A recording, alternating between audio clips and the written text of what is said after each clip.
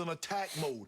I know what Russ can do when he's playing with one other superstar. The question is, or should be, can Russ do what he did last night when LeBron James is on the court? And I don't believe, Skip, he and AD had 58 shot attempts. Yep. So if those two have 58 shot attempts, what the hell you think LeBron's going to do?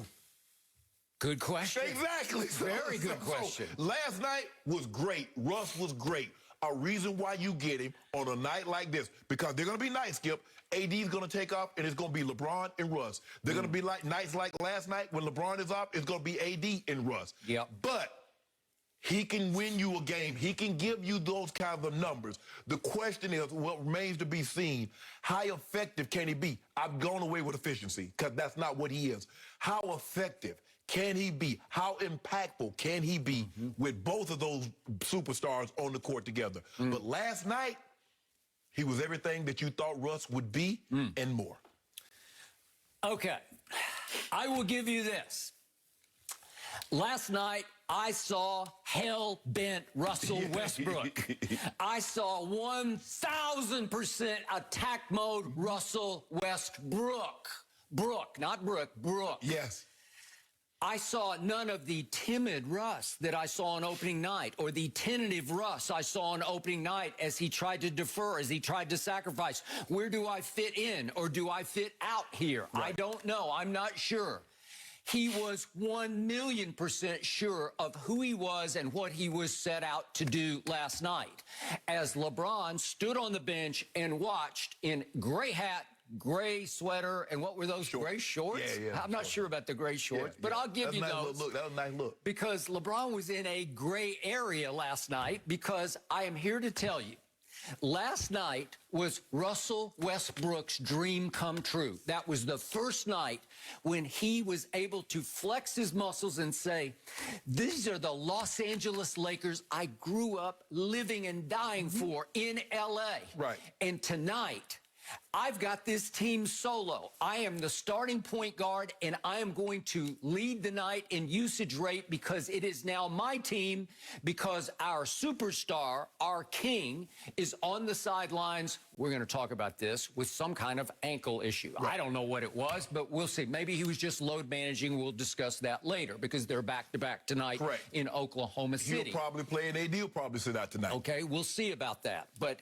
the point was that the dream come true last night for Russ, to me, will contribute to LeBron's worst nightmare, because every game, you can chalk it up as a dub, and I'll give you a dub, and you can say, well, we got 3 superstars now, so when one sits, or maybe even 2 sit, I still have one more that Buddy Hield would not be for me. So we got a dub last night in San Antonio against a not very good Spurs team. It hurts my heart to watch them But they play hard, Skip. Okay, they play hard. We'll talk about that in just a moment. But the point was, every game that LeBron and Russ do not play together on the court, sharing court and basketball, or trying to, is a wasted game to me, because last night was a waste, because every game you don't play together is a threat to your postseason, because you got to figure each other out. And you said, well, I got to give it like 35 games. Well, you're still 35 and counting, because last night did not count. I agree. Right? Yes. Okay, because Russ just did what he always does, because he's the ultimate solo act. He is a stat machine. He almost got his first Lakers triple-double. What did he wind up with? 33, 10, and 8. 33, 10, and 8. And only 3 turnovers. And only 3 turnovers. So he had a classic Russ night with only 3 turnovers. And obviously, once again, he goes 1 of 4 from 3, right? So he has fallen for the year from 3 to 2 of 15, which is 13%. That's who better he than is. 9%. Okay, that's why I long ago dubbed him West Brick. And from the free throw line, he went 2 of 4.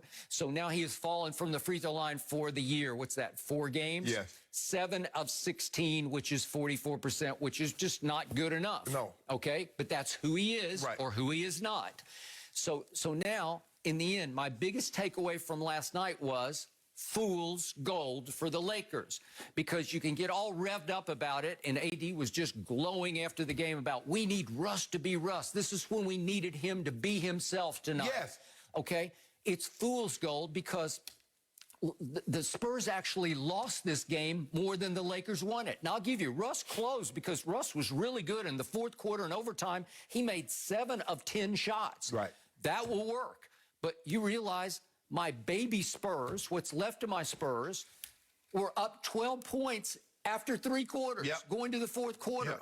And guess what they did in the fourth quarter? My San Antonio Spurs. This is when I knew that Duncan, Ginobili, and Parker were not walking through that door. Last night in the fourth quarter, if we could see this, they missed all 7 of their free throws. How do you do that? How do you do this? All 7 of these. This is my man, Jakob Poeltl. He misses an and one with 5:20. He played great. 5:27 left. That was to tie it. And then here's DeJounte Murray. He goes 0 for 2 with 4:55 left. If he makes both, they go up 1. And then Vassell misses 2 to also go up 1 with 4:36 left.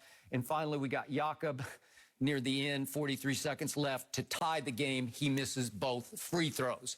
When is that ever going to happen? Back in the great old days, when I was the biggest Spurs fan, could you have imagined Duncan, Parker, and Ginobili going 0 for 7 from the free throw line? I realized in Game 6 at Miami in 2013, Manu missed a big one, and baby Kawhi missed a big one. Baby Kawhi, he was 18 years old at that point, and he missed a big one. And they were up 5 points with 23 seconds. 23 seconds. I still don't know how they did that. But the point was last night, I really don't know how you go 0 for 7 from the free throw line, and that's your whole fourth quarter. You shoot 7, you don't make 1 of them. They were bad all over, Skip. Okay. They was 8 of 24 from the field and 1 of 4 from the 3. Okay, and then my man Keldon Johnson, who made the Olympic team, thanks in large part to Popovich coaching the Olympic team, but he's a guts and glue type guy. Look what he does last night. He goes 2 of 10. Really? Yeah, he was. And yet, my man Jakob, loved Jakob Poeltl, and look what he did. Last year, he averaged a career-high 9 points and 8 rebounds. That's his career high. Yeah. For his career, he's 6 and 6. What did he do last night? 27, he goes 14. 27 and 14 with 3 blocked shots. 27 and 14. That's bad news for AD or Dwight or somebody. I don't know. How do you not keep Jakob from terrorizing? Well, you saw what they do. They pick and rolled him to death. Okay. He was getting dunked, layup after dunk, layup after. I was like, come on now. Okay, whose fault is that? I don't know whose fault it is, but that's not Jokic. That's not Joel Embiid. Jakob Poeltl should not get 27 and 14 against anybody. 14, and he basically kept him in the game. Although I will admit that Lonnie Walker got hot and Vassell got hot from 3 because they made 10 of 16 threes. That sort of kept them in the game. Especially in the third quarter. That's when they stretched it. But it goes to show you, Skip, those guys, and AD said, hold on, those guys are professionals also. Now, if you underestimate somebody, a guy like Jakob Poeltl will give you 27 and 14. And maybe they underestimated it because I did not see this Jakob Poeltl when he was in Toronto. I never saw a glimpse of a guy that could do this, although he is a professional, Skip, and that's what I said. I love seeing Russ do this. But until he can do something close to this, with LeBron on the court, with all 3 of them, Skip, like you said, it's fool's gold because I've seen him. With one other superstar, Russ can give you a similar line to this damn near every night.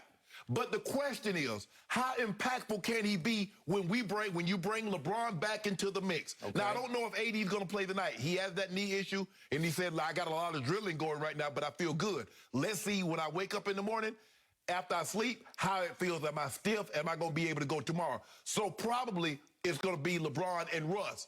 And he might be able to put up numbers like that again. Because again, Skip, is he and LeBron will get the lion's share of the shots.